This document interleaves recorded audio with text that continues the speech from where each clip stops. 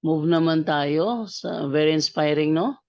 At move naman tayo ngayon sa next naman na bibigay testimony naman si Orle De La Cruz. Orle De La Cruz, good evening sa iyo. Hello, Brother Jando. Good evening. Yes, hello, good evening sa iyo, bro. Open camera tayo, bro. Yan. Okay, go ahead, bro. Yan, unmute ka, unmute. Okay. Ayan. Okay na po ba? Okay na, bro. Okay. So, good evening po sa lahat. Praise God. At sa lahat ng bumubuo ng punto por punto. Okay. Itong sa akin, nagawa ko ng listahan dito kasi sinulat ko talaga yung mga importante na, na mga details para may guide sa Itong sa akin naman, parang lang din, gusto ko lang i-share to kasi nag-chat ako kay kagabi kay Brother Wendell. May tinanong kasi ako sa kanya about doon sa sa bakit galit yung church doon sa mga mason kasi yung brother ko kasi is one of them, parang ganun. Tapos tinanong ko si Brother Wendell, tapos meron siya pinakita sa akin na yung book na nandun yung nakasulat kung bakit ganun talaga yung church sa parang condemn sila. So naintindihan ko, malinaw na malinaw doon. Tapos yun nga, it leads to na naisip ko na may pangyayari sa sa life ko, sa family ko na talaga siya, grabe. Parang wala talaga, kumbaga kung sasabihin natin na madilim, talagang kadiliman yung kadiliman talaga, parang walang Diyos, walang talaga, walang faith, ganun. Kasi although yung family ko is a Catholic family, pero yung parent kasi namin hindi sila talaga masabi natin na may devotion, nagsisimba, parang casual talaga na mas pipiliin pa ng mama ko na mag attend sa mga business niya during time ng pagsamba kaysa magsimba, magpunta ng Kaya ako particularly kasi ako yung panganay, lumaki talaga ako na hindi talaga ako na sa church, parang wala lang. Tapos mabigat sa akin yung mga prayers, magpe-pray, hindi talaga, kumbaga may struggle talaga sa kalooban ko na nakakapagod naman ito. Tapos yung magro-rosary, luluhod ka, matagal na minuto, abutin pa ng mga oras, ganun. Talaga talaga sa akin yan, mabigat talaga sa kalooban yan. Kung pwede lang magawa ng excuse, gagawin ko talaga, parang yun ang mindset ko talaga dati. Tapos yun yung mama ko, yung family ko, naging active kami sa occultism kasi yung mama ko, naalala ko before ako umalis pa Saudi, that was between 2013 at saka 2014. Grabe talaga yung namin sa mga albularyo, yung mga pampaswerte, yung mga habak na tawag nila sa Bisaya. Meron ako noon, kami lahat talaga, meron kami. Naalala ko before ako umalis ng Pinas, meron ako noon, dadala ko dito sa bewang ko. Tapos marami pa, may dalawa akong dalawa yung sa akin pero hindi ko na maalala kung saan nakalagay yun. Kasi naalala ko, kasi nanonood na ako ng punto por punto that time. Medyo sobra sa mga siguro almost 2 months na akong nagsusubaybay dito. Na-realize ko talaga na wala talagang kabuluhan yung bagay na yun. Talagang wala talaga siya. Tapos yun, ako before nung nag-college na ako, ko na lang, wala talaga akong believe sa religion. Totoo talaga yan. Ako masabi ko talaga na naging din ako, parang mas ko yung mga ng atheism. Kasi nakikita ko yung mga nag-ano sa akin, naghihikayat sa akin, na nakikita ko naman sila, wala ring magandang sa buhay nila, parang ganun. Yung iba, magaling sa Biblia, pero nakikita ko naman sa mga gawa nila, wala din. Yung mga kaibigan ko sa Badista, yung mga kaibigan kong Baptist. So particularly talaga, yung dalawa na yan sila yung naging ko lalo na nung nasa Thailand ako. Yung dalawa talaga na grupo na yan ang mga kamingle ko, kasi mostly kasi doon nakakasama ko, yun ang nila Tapos ako lang yung medyo Katoliko, pero hindi din naman ako devoted. Wala din akong ano sa sarili kong ano ba. Tapos yun, kasi wala din naman ako makakasama ng doon. Kaya naano ko sa kanila. Kaya laging pinapamukha nila sa akin yung ano, yung Ephesians 2:8. Lagi talaga sinasabi sa akin yan ng mga kaibigan ko na hindi mo na kailangan ng ano, hindi mo na kailangan ng mga gawa kasi yung Panginoon natin na-save na tayo. By the grace of God daw, sabi. Lagi nilang sinasabi yan, lalo ng pinsan ko. Sabi niya, by the na-save ka na. Hindi mo na, kaya ako naisip ko naman, ganun lang pala kadali yung ano, yung kaligtasan. So, kaya ako masyadong nawala yung ano, lumayo yung loob ko sa Katoliko kasi sa Katoliko nakikita ko ang dami-dami talagang ginagawa. Padasal, may mga ganyan-ganyan pa. Tapos, yun ang tumatak sa isip ko. Pero ako, hindi rin ako bilib doon sa sinasabi ng pinsan ko kasi nga, nakikita ko naman siya, sinasabi niya gano'n, pero yung mga ginagawa din kasi parang marami ring mali, marami ring kasalanan. Kaya sabi ko, wala rin talagang maayos na religion. Yun ang nasa isip ko, wala talagang maayos. Yun ang tumatak sa isip ko. Kaya ako, mas naano ako sa occultism, yung mga, kung naalala mo, Brajando, ako yung nagtanong nung ano, November 8 ata yun, nung nagtanong ako about dun sa ano, dun sa 528 AZ. Kasi ako yun, na-involved din ako niyan. Simula nung mag-join ako sa EC, yung networking. Meron kaming training diyan. So, nung nag-start ako, nawala na ako Occultism ng. nasa networking?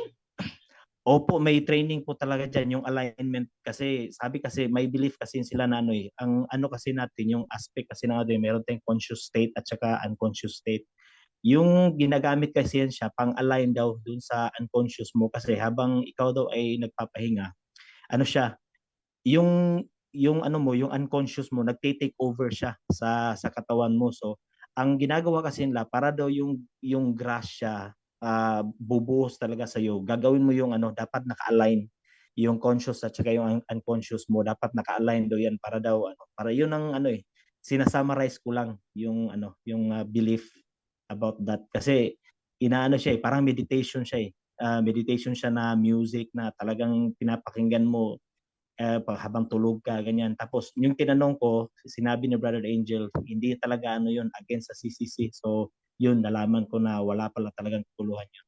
Tapos, isa pa, na ano din ako, na-involved din ako sa yung ano, yung Judaistic mysticism na yung Kabbalah, yung belief na yan na may dalawang direction daw kasi talaga yung ano yung tao Pag dito sa mental state, ano ka daw mas ma-discern mo yung ano ano ng God kung pero hindi sinasabi kung si Kristo kung sinong God na ano yan wala sinabi basta ano lang talaga siya parang divine ano hindi ko alam basta walang explanation na doon tapos doon sa sexual part kasi meron daw mga tao na ano sinasabi doon na mas sa loob ko parang naintindihan ko na ito talaga yung parang na totoo that time parang totoo talaga siya kasi sabi ko yung mga tao kasi yung mga makamundong tao yung masyadong nafo-focus sa mga makamundong bagay ano talaga sila malayo sila sa Diyos kumbaga hindi sila malayo talaga sila kasi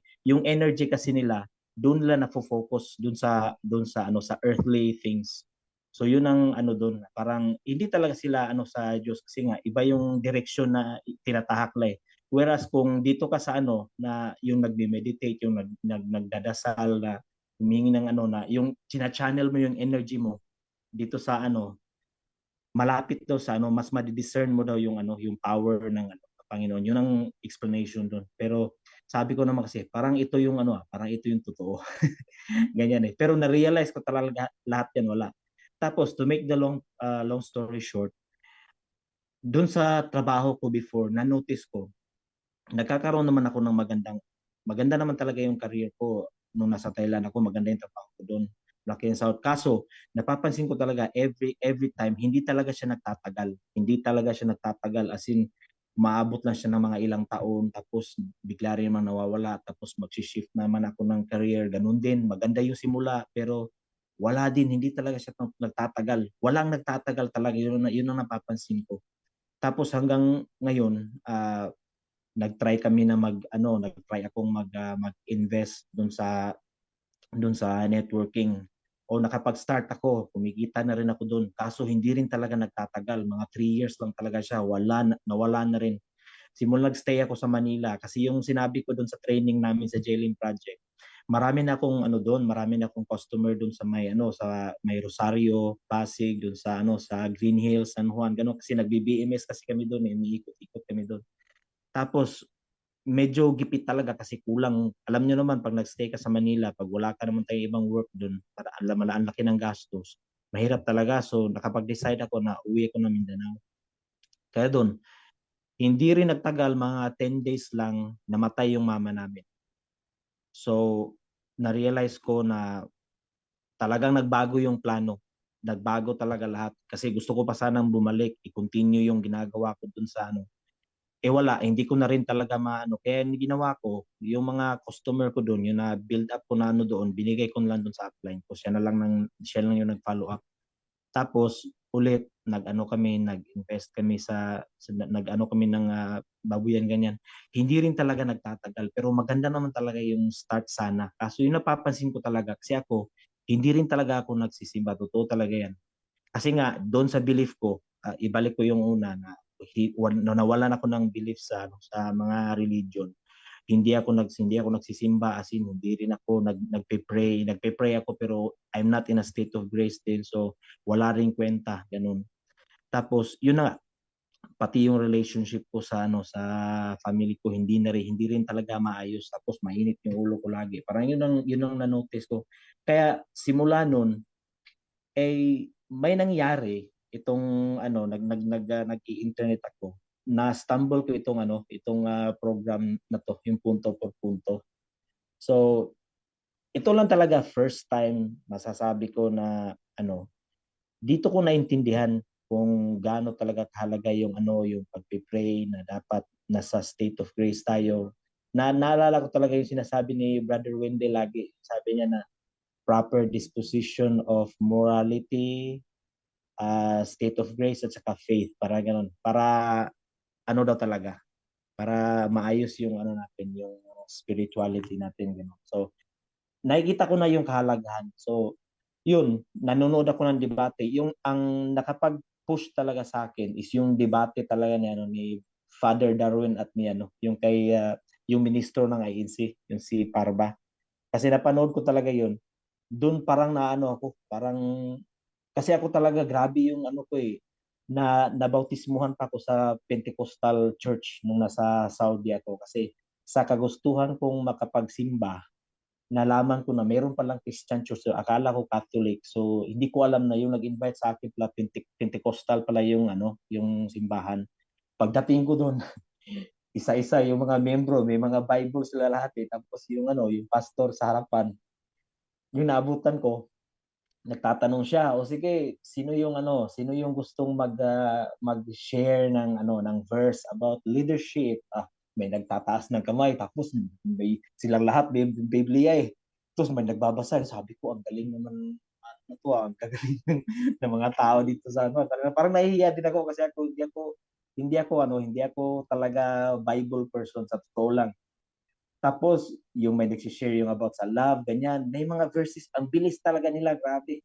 Tapos, yung nag-invite sa akin, sabi niya, bro, may gagawin tayo after ng daw, yung after ng worship, sabi niya. Sige, ano ba gagawin natin?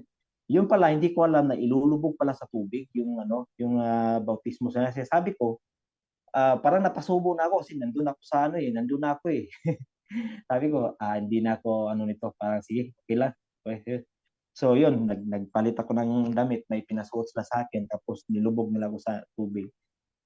To think na parang wala lang, hindi pumasok sa isip ko kung ano talaga yung spiritual doon, ang impact niya.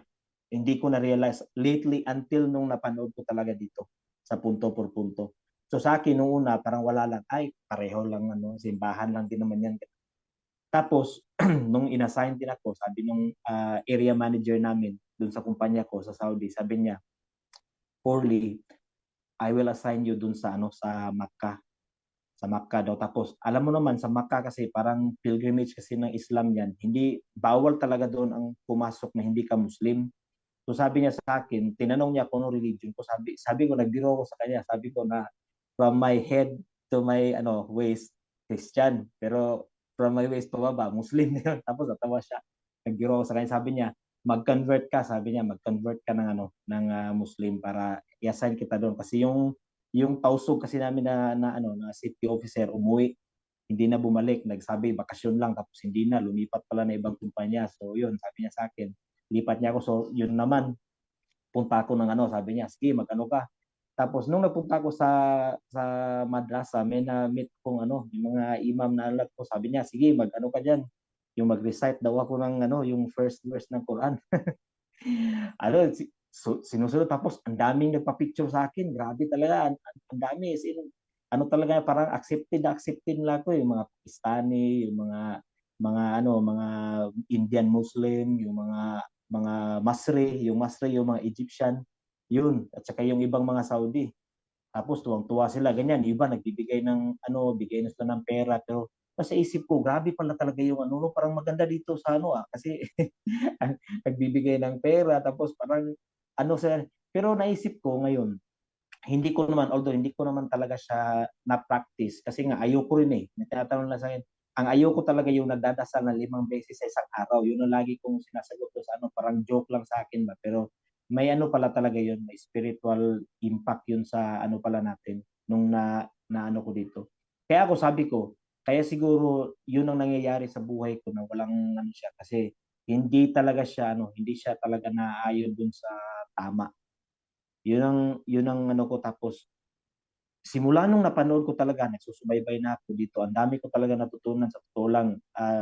Yung mga sinishare kaya nung nakaraan, kasi hindi ko talaga nasagot na maayos yung pinsan ko about dun sa Ephesians 2:8.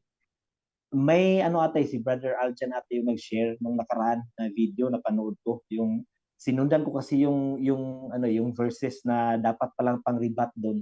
So yun, naalala ko na yun, talagang ko na yun, yung nasa James, yung sa James 2:19, 24, 26 yun. Talagang binasa ko yun kasi tinignan ko talaga, andito lang pala talaga yun. Kaya naisip ko, ang lang pala talaga sa atin is lang talaga, mag-study lang. Kaya sa mga nanonood na hindi Katoliko dito, ang ko lang talaga, yung message ko lang talaga sa inyo is huwag niyo pong iwasan yung ibang mga reading na yung naaayon lang sa pinaniniwalaan niyo. Kasi ang Bible kasi talaga is may marami talagang context. Hindi mo talaga siya pwedeng piliin lang yung babasahin mo tapos doon ka lang talaga mag-focus. Hindi talaga siya ganoon. Dapat talaga as in basahin mo talaga, intindihin mo as much as possible. Yung laging sinasabi ni Brad Jando dito doon sa niya, yung sa mga nakikipagdebate sa kanya na sino daw yung Bible scholar o na nag-approve ng interpretation. So talagang sabi ko, talaga yung may sandalan, kumbaga yung may reference talaga. So yun lang. Tapos sa mga Katoliko naman na medyo gusto nyong pumunta sa ibang grupo, ay ang masasabi ko lang din talaga, kasi based on my experience talaga, before tayo mag-decide na aalis tayo o ano man yung gagawin natin, na iwan natin